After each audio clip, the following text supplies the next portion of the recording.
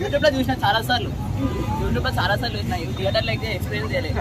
అట్లాంటిది ఒక్కసారి చూసేసరికి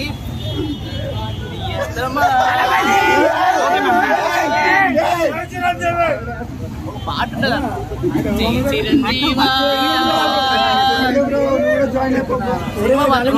ఆ టైంలోనే ఇట్లా తీసిన సినిమా చాలా ఇప్పుడు వాళ్ళకి తెలియదు. ఆ గ్రేస్ ఎవరు కూడా చెప్పండి. శ్రీదేవి చాలా మంచి యాక్ట్రెస్. ఆమె ఆ టైంలో యాక్టింగ్ ఇప్పటికీ చరిత్రలో నిలిచిపోయింది.